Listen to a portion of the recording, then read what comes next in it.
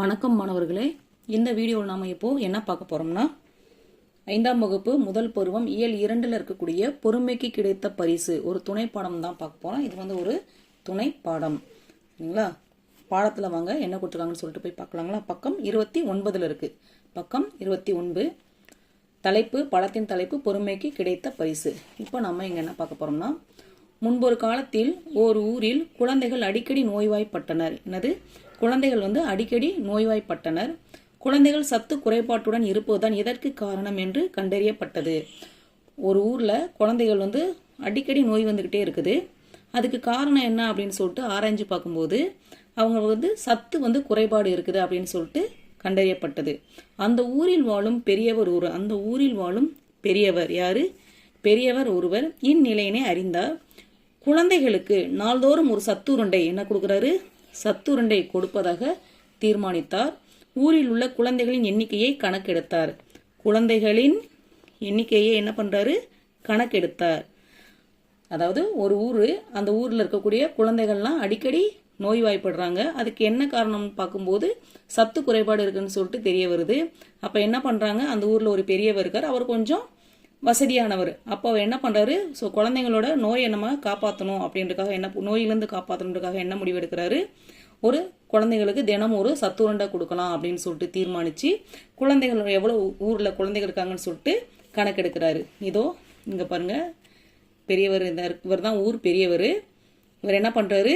ஊர்ல இருக்க இங்க இருக்கவங்க ஊர்ல இருக்கவங்களோட குழந்தைகளோட எண்ணிக்கை எவ்வளவுன்னு சொல்லிட்டு விசாரிக்கிறாரு. அதுதான் அந்த படத்துல காட்டியிருக்காங்க. அடுத்து பாருங்க, சரியான எண்ணிக்கையில் சத்துருண்டைகளை எடுத்து வந்தார். அதாவது எத்தனை குழந்தைகள் இருக்காங்களோ அது சரியா 10 பேருனா 10 பேர் அந்த மாதிரி எண்ணிக்கையில குழந்தைகளுக்கு சத்துருண்டைகளை எடுத்து வந்தார். கூடவும் இல்லாம குறையவும் இல்லாம சரியான எண்ணிக்கையில எடுத்து வந்திருக்காரு. குழந்தைகள் போட்டி போட்டுக்கொண்டு சத்துருண்டைகளை எடுக்க ஆரம்பித்தனர். ஏன்னா ஊர்ல பஞ்சம் அப்படின்றதுனால என்ன பண்றாங்க? குழந்தைகள் போட்டி போட்டுக்கிட்டு அந்த சத்துருண்டைகளை எடுக்க ஆரம்பிக்கிறாங்க. குழந்தைகளை முறைப்படுத்த முடியாமல் அவர் தடுமாறினார். குழந்தைகள்ன்றதுனால என்ன பண்ண முடியாம அவரால் வரிசையில நிக்க வைக்க முடியாம ரொம்ப தடுமாறுறாரு. அப்போது ஒரு சிறுமி அவளாக முன்வந்து குழந்தைகள் அனைவரையும் வரிசையில் நிற்க செய்தால் சத்துருண்டைகளை கொடுத்து முடிக்க உதவினாள். இறுதியாக இருந்த சத்துருண்டையை அந்த சிறுமி எடுத்து சென்றாள். இறுதியில் இருந்த அவ்வுருண்டை சிறியதாக இருந்து இதை அந்த பெரியவர் கவனித்தார். புரியுதுங்களா? அதாவது எல்லாருக்கும் எல்லா குழந்தைங்களுக்கும் என்ன பண்றாங்க? வரிசையா நிக்க வச்சு கொடுக்கறதுக்கு அந்த சிறுமி உதவி செய்யறா. கடைசியா இருக்கக்கூடிய உருண்டை ரொம்ப சின்னதா இருந்துச்சு. அதை அவ எடுத்துக்கிட்டு அவ போயிட்டா. அதை அந்த ஊர் பெரியவர் என்ன பண்றாரு? கவனிக்கிறாரு. நாள்தோறும் அச்சிறுமி அனைவருக்கும் கொடுத்த பின்பே இறுதியாக தனக்கு எடுத்து செல்வாள். இவ்வாறே தொடர்ந்து நடந்தது. ஒரு நாள் அச்சிறுமியின் வீட்டுக்கு அந்த பெரியவர் வந்தார். தினமும் அந்த பொண்ணு என்ன பண்ணோம்? அந்த சிறுமி என்ன பண்றா? எல்லா குழந்தைங்களுக்கும் அந்த சத்துருண்டையை கொடுத்துட்டு கடைசியா என்ன இருக்கோ அதை மட்டும் எடுத்து செஞ்சுட்டு இருக்கா. அதை அந்த ஊர் பெரியவர் கவனிச்சதுனால ஒரு நாள் என்ன பண்றாரு? அந்த சிறுமியோட வீட்டுக்கே அவர் போறாரு. அப்போ வாருங்கள் ஐயா என்று வீட்டில் இருந்தவர்கள் வரவேற்றனர். சிறுமியும் புன்னகையுடன் வரவேற்றாள். வீட்டுக்கு அந்த சிறுமி வீட்டுக்கு போன உடனே அவங்களோட பெற்றோர்கள் என்ன பண்றாங்க? வாருங்கள் ஐயான்னு சொல்லிட்டு வரவேற்கிறாங்க. அந்த சின்ன பொண்ணு என்ன பண்றாங்க? சிறுமியும் என்ன பண்றாங்க? சிரிச்சுக்கிட்டு வரவேற்கிறாங்க. உங்களால் என் குழந்தையும் பிற குழந்தைகளும் ஊட்டச்சத்து பெறுகிறார்கள். நன்றி, நீங்கள் மிகவும் உயர்ந்தவர் என்று சிறுமியின் தாய் நன்றி கூறினார். சிறுமியோட தாய் என்ன பண்றாங்க? நன்றின்னு சொல்லிட்டு, நீங்க உங்களோட குணம் ரொம்ப பெரிய குணம், உங்களால் அந்த ஊர் இருக்கக்கூடிய குழந்தைகள் எல்லாமே ஊட்டச்சத்து பெறுகிறார்கள்னு சொல்லிட்டு சொல்றாங்க. அப்போ அந்த பெரியவர் என்ன சொல்றாரு? நானா உயர்ந்தவர்? இல்லை, நான் உயர்ந்தவர் இல்ல. நானோ என்னிடம் இருப்பதில் சிறிது உதவி செய்கிறேன். ஆனால் உங்கள் குழந்தை இந்த வயதில் பொறுப்புடன் இருக்கிறாள். பிற குழந்தைகளுக்கு கொடுத்த பின்பே தனக்கு எடுத்துக் கொள்கிறாள். அவளல்லவோ உயர்ந்தவள். அதாவது நான் இந்த வயசுல செய்கிறேன், அது இது. ஆனா இந்த குழந்தை, உங்க குழந்தை இந்த வயசுலயே இவ்வளவு பக்குவமா இருக்காளே, இவள் தான் பெரியவள் அப்படின்னு சொல்லிட்டு அந்த பெரியவர் அந்த குழந்தைய ரொம்ப பெருமையா பேசுறாங்க. சிறுமிக்கும் குடும்பத்தினருக்கும் ஒரே மகிழ்ச்சி.